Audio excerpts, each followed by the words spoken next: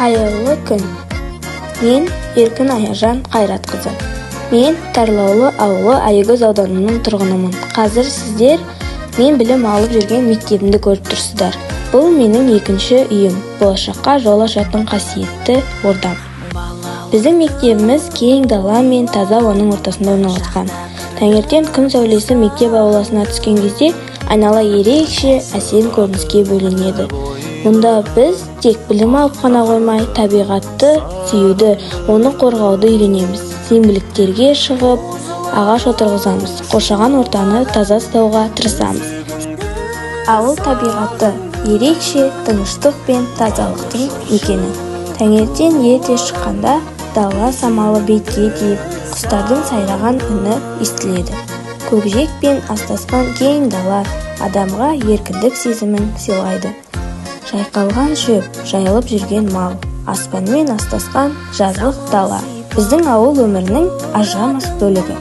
Бұл табиғат көрінісі, еңбек пен тіршіліктің, береке мен бірліктің белгісі. Ауыл даласы бізге табиғат пен үйлесімді өмір сүруді үйретеді.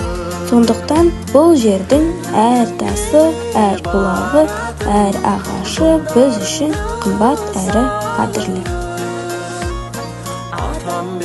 Біздің өлкемізде тарихи маңызы зор, махаббаттың мәңгілік символына айналған Қозы Көрпеш Баян Сұлу кесенесі орналасқан.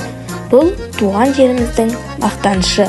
Ол табиғат пен тарихтың үйлесімін көрсететін қасиетті орын. Алайда, бүгінгі күні табиғатты қорғау маңызды мәселе. Қоқысты кез келген жерге тастау, суды ысырап ету, қоршаған ортаға зиян келтіреді.